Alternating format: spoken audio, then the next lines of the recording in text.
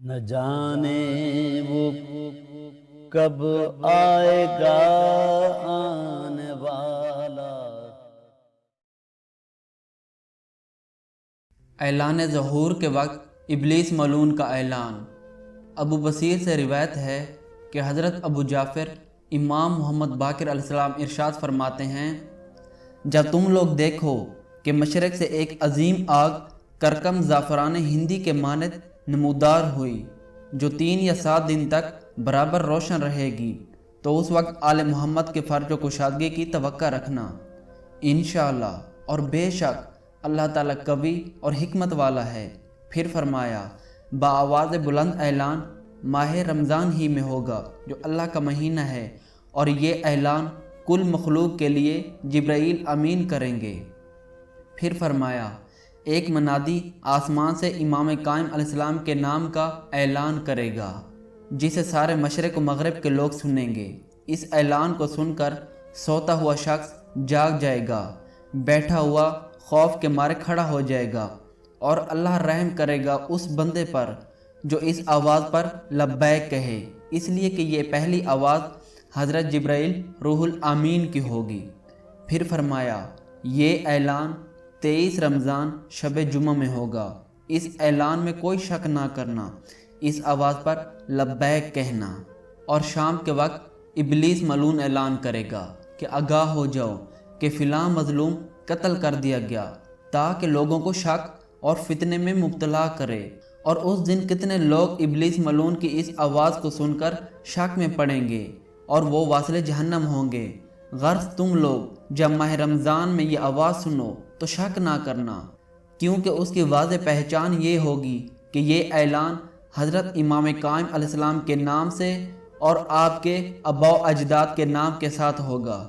اس اعلان کو پردہ نشین عورتیں بھی سنیں گی، اور وہ اپنے باپ اور بھائیوں کو خروج کرنے کے لیے ہمت بڑھائیں گی۔ پھر فرمایا، یہ دونوں اعلان ظہور امام زمانہ علیہ السلام سے پہلے ضرور ہوں گے۔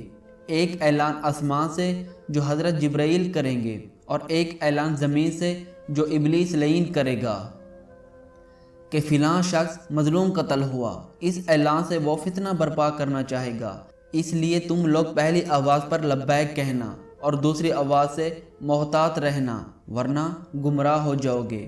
اور فرمایا کہ جب امام قائم علیہ السلام ظہور فرمائیں گے تو اس سے پہلے لوگوں میں شدید خوف و ہراس ہوگا، زلزلے آئیں گے، فتنے برپا ہوں گے، لوگ مصائب میں مبتلا ہوں گے، طاعون پھیلا ہوا ہوگا، عرب کے اندر آپس میں تلواریں چل رہی ہوں گی، ان میں شدید اختلاف ہوگا، ان کے دین میں انتشار ہوگا، لوگ اس قدر بدحال ہوں گے کہ صبح و شام موت کی تمنا کرنے لگیں گے، ایک دوسرے کو کھائے جا رہے ہوں گے۔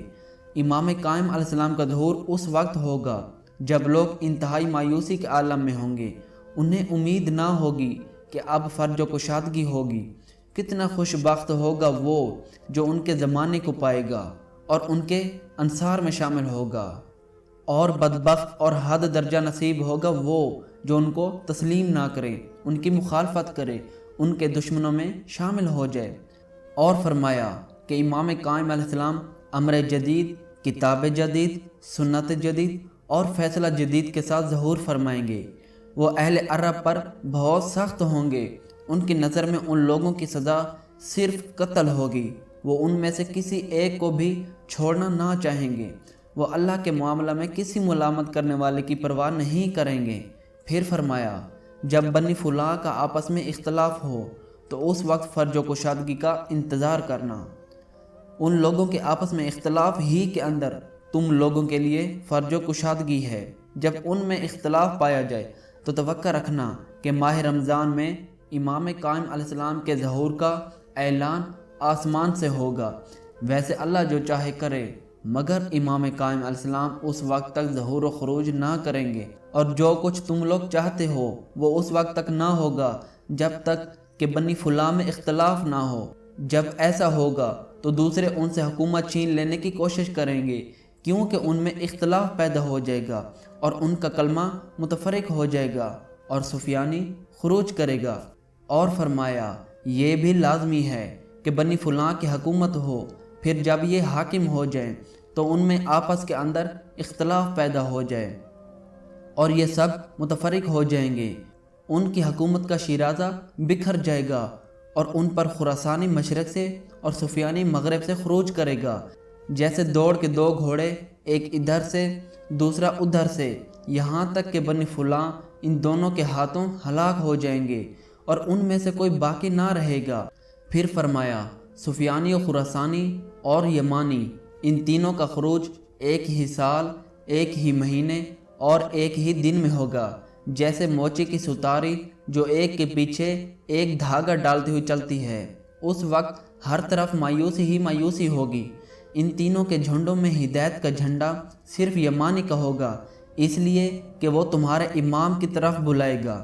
جب یمانی خروج کرے گا تو وہ اسلحوں کی خرید تمام لوگوں خصوصاً تمام مسلمانوں پر حرام کر دے گا اور امام قائم علیہ السلام کی طرف چلے گا، کیونکہ اس کا جھنڈا ہدایت کا نشان ہوگا، اور کسی مسلمان کے لیے یہ جائز نہیں کہ اس کا ساتھ نہ دے، اور جو اس سے گریز کرے گا وہ جہنمی ہوگا، کیونکہ وہ حق کی طرف بلائے گا اور سیدھے راستے کی طرف دعوت دے گا۔ راوی کا بیان ہے کہ پھر آپ علیہ السلام نے مجھ سے فرمایا کہ بنی فلاں کی حکومت تو اس طرح ٹوٹے گی جیسے مٹی کا پیالہ، جیسے کوئی شخص مٹی کے کسی برتن کو ہاتھ میں لیے جا رہا ہو اور اچانک وہ برتن اس کے ہاتھ سے چھوٹ کر گر پڑے اور پاش پاش ہو جائے، اور اس کے گرتے ہی وہ ہائے کر کے بیٹھ جائے۔ بس اسی طرح ان کی حکومت ان کے ہاتھوں سے نکل جائے گی، جبکہ حکومت کے چلے جانے کا انہیں اس سے پہلے وہم و گمان بھی نہ ہوگا۔ امیر المومنین علیہ السلام نے منبر کوفہ پر فرمایا کہ اللہ تعالیٰ نے جو کچھ طے کر دیا وہ طے ہے، اور جو فیصلہ کر دیا اس کو ہونا ہے۔ بنی امیہ یہ حکومت تلوار کے ذریعے بالاعلان حاصل کریں گے، اور بنی فلاں کو ناگہانی طور پر یہ حکومت مل جائے گی۔ نیز فرمایا اس چکی کو لازماً چلنا ہے، اور جب یہ اپنے کتب اور اپنے پاؤں اور ساکھ پر کھڑی ہو جائے گی تو اللہ تعالیٰ ایک ظالم غلام کو جس کی اصل کا پتہ نہ ہوگا اس کی طرف بھیجے گا، اور فتح و نصرت اس کے ساتھ ہوگی۔ اس کے ساتھیوں کے لمبے لمبے بال ہوں گے، مونچھیں ہوں گی، سیاہ لباس میں ہوں گے، ان کے پرچم بھی سیاہ ہوں گے۔ خدا کی قسم گویا میں ان کو دیکھ رہا ہوں، ان کے افعال کو دیکھ رہا ہوں کہ ان کے بد کرداروں اور ظالم عربوں کے اوپر کیا گزرے گی۔